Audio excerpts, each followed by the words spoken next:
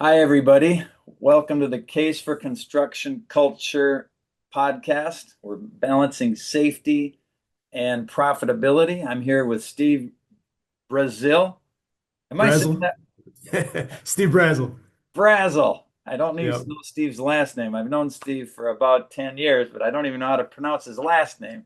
that's all right. Brazel. You're not the only He's, one. he's Get it all the VP, time. VP of Safety for John Burns Construction out of the Chicagoland area. He's been at John Burns for 16 years, was at Aldridge Electric before that. I've really respected Steve as a safety leader. He's no nonsense. He's straight at you, but he's got great people skills, and I'm excited. Welcome to the show, Steve. Thank you.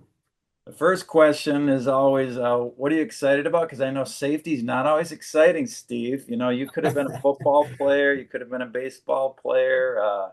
Yeah, not a lot of kids out there saying they want to grow up to be safety guys. That's for sure. I think I when you know. talk, So, but you've been at it a long time. There must be something you like. What's exciting? What's got you motivated these days? what do I like? First off, I like the people, man. I think that the people in the construction industry, I'm a bit biased because it's really the only industry I've known and I've worked in for the past 20 years since I graduated from college. But I love the people. I think the people in construction are awesome. Blue collar, down to earth people. Yeah, They're my type of people.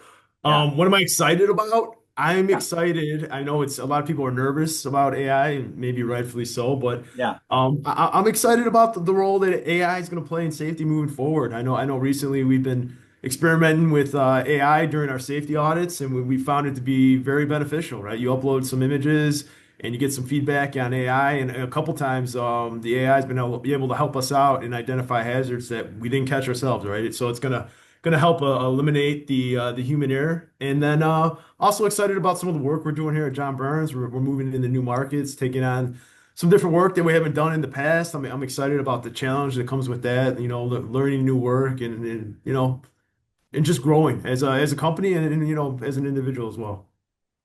I love it. I love it. AI is, I'm not really an early adopter. Are you an early adopter, Steve? Do you jump on it and say, can't wait, let's go?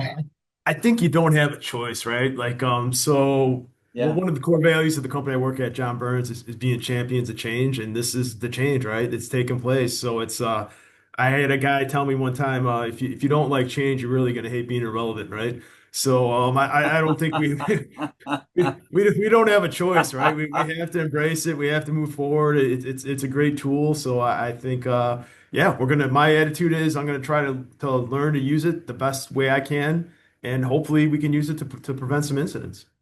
I love it. I love it. If you really don't like change, you're going to be irrelevant. You're going to hate being irrelevant. That is good.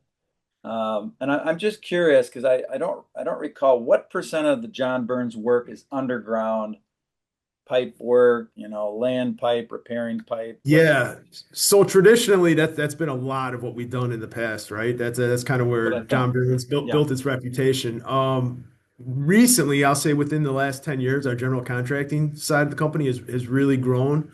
So, if I was to look at the whole portfolio, this is just a guess off the top of my head. We're probably maybe 50-50 now, 50 to Uh-huh. 60% underground focused. And then, like I said, the over the last couple years, the general contracting side of the business has really taken off. So some more ground Well, up stuff. well, I know you're growing and I know you have a good reputation. So I think that's awesome. Thanks.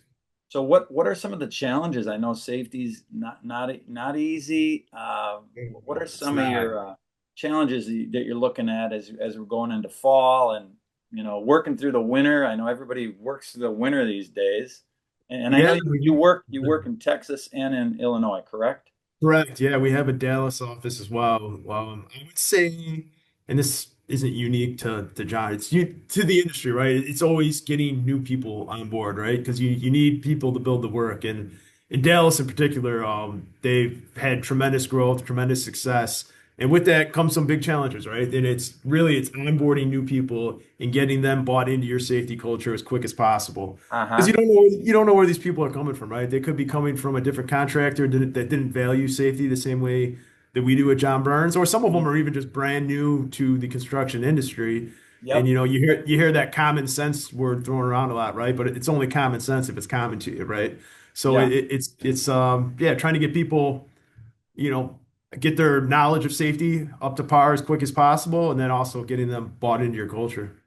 I like that reframe of common sense because that gets thrown around and accused, and guys who maybe they're coming from a chicken factory or they're Right. coming from doing DoorDash, and your guys get mad at them because it's common sense because they grew up on a farm running Yeah. machinery when they were 9, and Well, and and that's what I always tell, some of our more experienced field personnel is, we focus a lot on, like, I believe planning and communication are really the keys to incident prevention, right? Like mhm. if you just wanted to be generic about it, any incident you took, you could probably really drill it down to why did that incident took place. There was a failure in planning and communication somewhere Yeah, along the line, yes, right? yes, That's why we really, really focus on the daily job hazard analysis.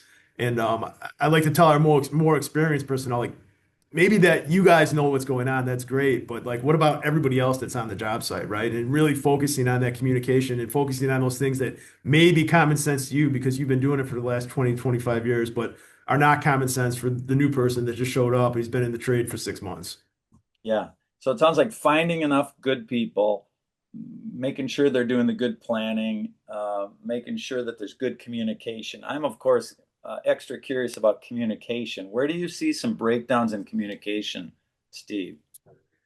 Oh man, where breakdowns in Can you name communication? one or two? I know there's a lot, but Yeah, right. name You some can go. I common guess. ones that I guess you can go a bunch of different ways with that. I mean, sometimes there's just changes in the plans that, like, maybe the project management staff becomes aware of something. I know recently we had an issue with a newly installed underground pipe that was put in on a job that, was obviously it's not going to show up on when you call for locates, right? Because it just got put in, and then yeah, it was hit by a subcontractor on our job, and it's one of those things where it's like it was just a breakdown in communication, right? Like we knew that pipe was there. yeah, We scheduled the sub to come out, but when they called for their locates, it wasn't going to get located because it was newly installed, and it's those little things that you tend to take for granted, right? It's hindsight 2020. It's always super obvious, but at the time, I just feel like communication, like I said, right, it came back to planning and communication, right? We f failed to communicate to the sub that, hey, there's some newly installed infrastructure that you're not going to get on your 811 call. And then, the planning, right? We could have went out there. We actually have our own internal locators at John Burns to help verify locates. So it was just simple. We could have planned to have those people out there that day to market, and we unfortunately didn't. Right? We're constantly learning, and I could probably come up with a bunch more examples if I put some thought into it. But no, it's those little things, isn't it? It's the text that the guy who knew the pipe was there sent to some other right, guy and he didn't see the text or he didn't understand. or they read it the wrong way. They Like read they, it, he said, "Yep, it's there," and he thought he meant the truck, not the pipe, and then he does yeah, it. it's I mean, and these guys aren't necessarily trained in details, right, Steve? I mean, you and I both know the guys we're working with, and they're wonderful, down to earth guys, but they're not all trained in detailed communication, right? That's not always on their resume. Yeah, I mean, in the office as well, right? I mean, I think if you really went deep on communication and if you can get the communication, I mean, planning too is great, but even just communication alone, I think would solve so many problems at an organization, both safety and not related to safety. Yeah, yeah. Hey, this podcast is all about culture and safety, and culture is another one of them words, kind of like common sense. It gets thrown around. It's a giant Yeah. concept. Everyone has a slightly different idea. As you think about safety and you think of life at John Burns, what comes to mind, and how might you define culture there, Steve? I think culture is a shared belief or value system. Maybe you could even say like an attitude. So like when it comes to safety, I think you have to have everyone bought in that, like, going back to planning and communication, right? If that's done correctly, every job can be completed safely, right? So everyone has to believe that. If they're not believing that, you're probably not going to have the best safety statistics, if you want to say. Like, you're going to run into incidents. So yeah, it starts at the top, right? I mean, you're the people at the top of your organization have to lead by example, and everybody's going to feed off of what they see at the top. Absolutely, Steve.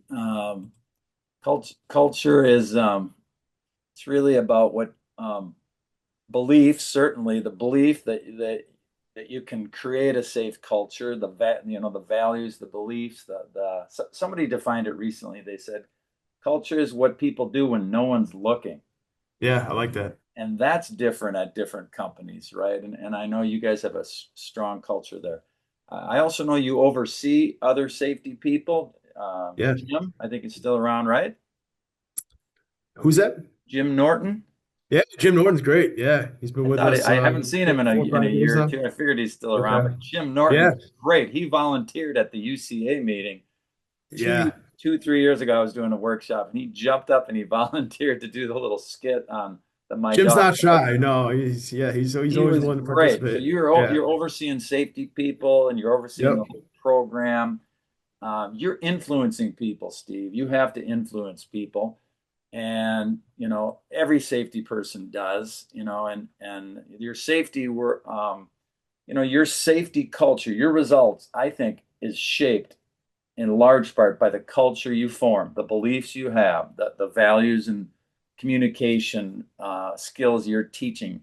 What kind of training, whether School of Hard Knocks or formal or otherwise, what training do you and your other leaders have in influencing safety outcomes? What do you have? So when I hear you talk about influencing people, I think what you're really talking about is leadership, right? That's what Yes, leaders do, right? They influence yes, people. yes. So once you reach a certain level in the company, call it mid-level management, we send everybody to a course called it's called the Leadership Excellence course. It's through an organization called Academy Leadership. Shout out to Jim Nalepa and the guys at Academy Leadership. Uh-huh. But it's led by a bunch of graduates from the military academies, Uh-huh. and they really focus on leadership principles, stuff that's simple but not easy, right? Things like listening to understand, right? Or instead of Uh-huh. directing someone to do something, it's more asking questions to get them to the right answer. Yep. Things that, like I said, they're easy principles, but once you hear them, right? But Yeah. yeah, it's been a great course, and I think when it comes to leadership and safety, in my opinion, they go hand in hand, right? Because I don't think you can be a good leader if you don't care about people, Mm-hmm. and if you care about people, you're obviously going to care about safety. Mm-hmm. It's good. It's good. Um, so how about the tension between safety and profitability, Steve? And I know that's impacted by culture too, but people still, I still hear it, that takes too long. We can't do it that way. We don't really need to tie off. We don't really need the hard Yeah. hats. I left my goggles in the truck. It's not really bad. Do you still hear about the tension between safety, profitability, and like takes too long? I can't be safe and profitable, Steve. The job's going to lose money. Do you hear about that? What's your messaging if you did ever hear Not a ton profitable? anymore. I mean, I think you'll agree the industry's changed a lot over A the last lot, 20 years, right? a Like I lot. remember when I first got into safety, yeah, that was something you heard on a regular basis. And Yeah. and I'm lucky enough to be at an organization where from the top level at the C-suite, they're supporting safety. The CEO of my company are constantly talking about safety. So that doesn't come up much because the expectation is pretty clear. I mean, we do believe that every job can be completed safely. And the safe way is the right way, right? Like you shouldn't have to take unnecessary risks or get people hurt to complete a job. To me that thought is ridiculous. So, Yeah. like I said, I don't want to, we're not perfect, obviously. But like I'm sure there's times where that comes up, but that's few and far between. Sure. Sure. Do you get the sense your guys are honest with you, like 100% honest? Are they 90% honest? Do you feel like you get the full story? And if Oh not, how do you man, get it? put me in the hot seat on that one. I know. Yeah, I would say. Yeah, 90% is probably a good number, right? Nobody's perfect, right? Like, so there's going to be times where, it's tough. And I feel for the men and women that are building the jobs, right? Because it's easy to get tunnel vision when you're on the job, Mhm. because your labor hours are being measured and you want to move quickly. And I get that. But like, I like to think that thinking safely is thinking strategically because you're thinking long term, right? Mhm. So like taking a shortcut here or there, Yeah. maybe you win the day, but eventually it's going to catch up to you and you're going to lose. Where if you look at a long-term view, it's always better to do it the safe way, do it the right way, Yeah. plan it correctly. Yeah. By the way, 90 is pretty dang good, Steve. That's really good. And I don't Yeah, I mean mean, people that didn't happen overnight. It's something we've been working on for a long, long time. and I don't mean they're intentionally maliciously hiding something, but like leaders like you would love to hear about near misses, near hits, For right? sure. We almost got, but what guy wants to report, Steve, Well, I think that's influenced on how you handle that when it is reported, right? Like you need to celebrate those people. And yeah, then more yes, importantly, I think you need to act on it, right? Like that's the biggest thing. Like people just want to know that they're heard. And then actions obviously speak louder than words. Like when they're telling you there's an issue, you have to do something about it.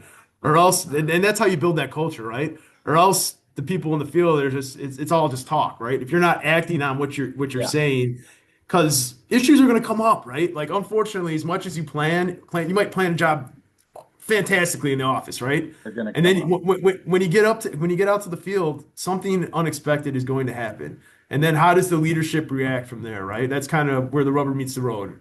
Yeah, yeah. I'm curious if you ever have a guy who either had a serious do you call them near miss or near hits? What do you call them? Near miss. Near miss. So if you have a serious near miss, or you have an injury, do you ever have that person stand up and tell the story? Because I did this one time. I've done it a couple of times. I've trained over 10,000 guys on how to run the demo Wow. saw training that we did for you guys years ago, Yeah. and I was with a guy in Nebraska in Omaha, and one of his guys had just gotten cut like the month earlier. Kick back, blade cut him. I mean, that is super serious, as you and I both know. If that gets you in the neck, Yeah. you, That's you it. may not live. And he got the guy up, telling the story of what happened, and he did it very well. He didn't shame the guy. He realized it was a serious mistake, but he said, Jimmy's going to stand up and tell you guys what happened. And the guys were like really listening. Like, this is the guy who almost got killed, telling the story of what he did wrong and how he's never going to do that again. I mean, that was quite a testimonial. Have you ever done I anything agree with like you. that? That's definitely an impactful way to talk about safety for sure. I agree with that. So we do that from time to time. So we do a monthly operations safety meeting where we meet the men and women in the field.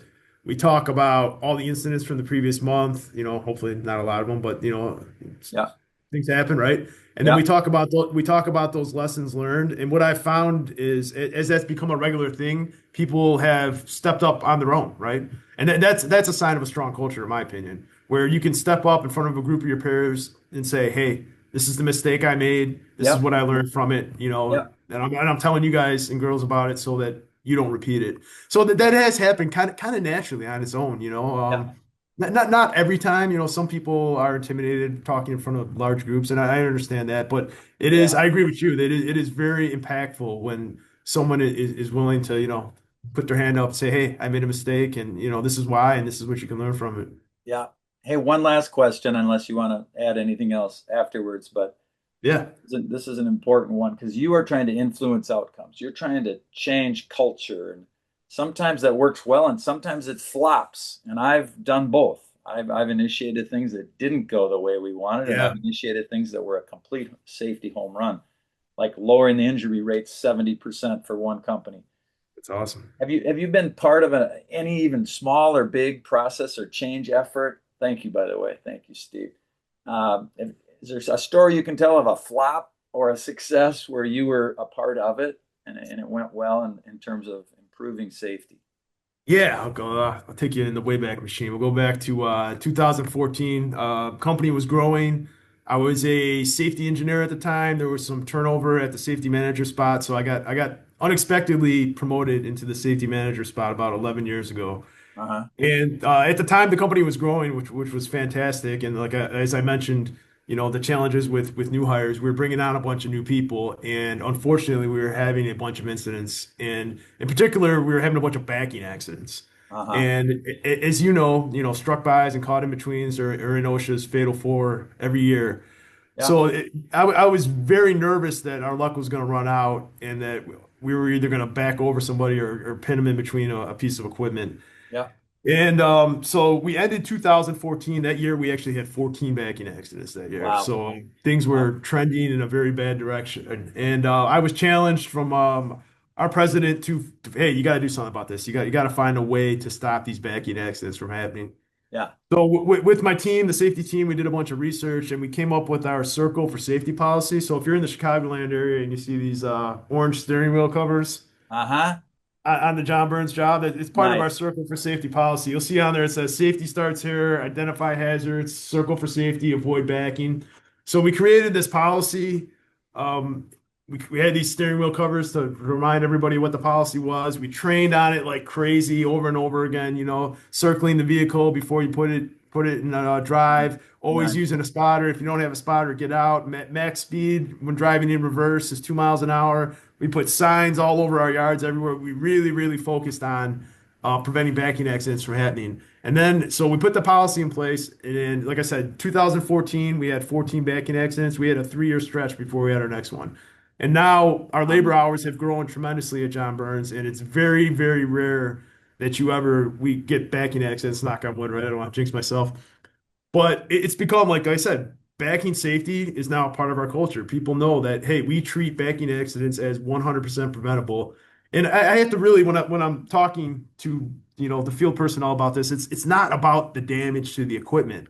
But if you can back into a truck, you could definitely back over a person, right? So absolutely. yeah, they have to know that our heart's in the right place. And yeah, that was a great success. It's something simple, but it was successful and it's prevented a bunch of incidents. So I'm proud of it. That is a great story, Steve. It's partly a great story to me because I do know of a guy who was crushed by a truck and not killed. Mixed blessing because he was so injured. Can you imagine being Yeah, crushed it's tough. between a concrete wall and the bumper of a 20,000 pound truck? I believe he lived. I never even heard. It was one of these things that I heard about it, and then the whole thing got buried. But kudos to you, to the John Burns team. Some people say you got to put a cone in the back of the truck. Do you do the cone in the back, or you got to walk around the truck? We do yeah, we do the circle for safety. No, we have not gone the cone route. I've seen that. I know what you're talking about. Like AT&T tends to do that. I think some of the other utility companies do it as well. But your rule is you've got to go all the way around 360 degrees Circle around. it before you put it in gear, right? That's pretty It, dang good, Stephen. I know it takes what, 30 seconds, 50 yeah, seconds, it's simple. Yeah, for but they're sure. doing it. It's making a difference. That is what we're talking about, Steve. That is exactly what we're talking about. And the fact that you got everybody to do it. I'm guessing everyone's doing that, right? Nobody's saying, I'm not doing that. That's a bad idea. I mean, maybe Yeah, I mean, once in are a we at while. 100%? Are we at 100% all the time? I'm sure, you could. I'll have people listen to the podcast and they'll be looking for make sure the John Burns trucks have the steering wheel covers on them and find one that doesn't. But no, we're pretty good, and I think the results speak for themselves. Again, I don't want to jinx myself. I am a little superstitious, but Yeah, we knock took on wood. something. We'll Yeah, we knock took on. something that was a huge problem, and it's like I said, a backing accident in our company now is few and far between. Unfortunately, there was a time when it was happening on a regular basis, and we're trending in a real Well, bad direction. it's a great example of a clarity of vision of what you want to do. And I know it came from the top because I know your culture and I know Mr. O'Malley was behind that, I'm sure. Yeah, Correct? And absolutely. I know you have to, it's helpful to have something physical, that orange steering wheel cover, right? Just a reminder. Yep, makes you think about it. Like vision support, vision of what you're going to do, support from the top, visual reminders, and then verbal reminders, right? I'm sure you Yeah. reinforced this at many meetings, right? I'm sure you were just Yeah, remind. you talked about visual reminders, and that's what I liked about the steering wheel cover because it's right in your face. Where like if you put a cone out, you might forget you put the cone out and just drive over it. That's true. That's true. I think the cone. I mean, I know some people swear by the cone. They think it's great. Other people think it's stupid. You got to walk back and put a cone back there. I Yeah, kind of like to go all the way around the truck because you don't know. I know a guy who a truck drove over a guy who was biking on the right side of his truck.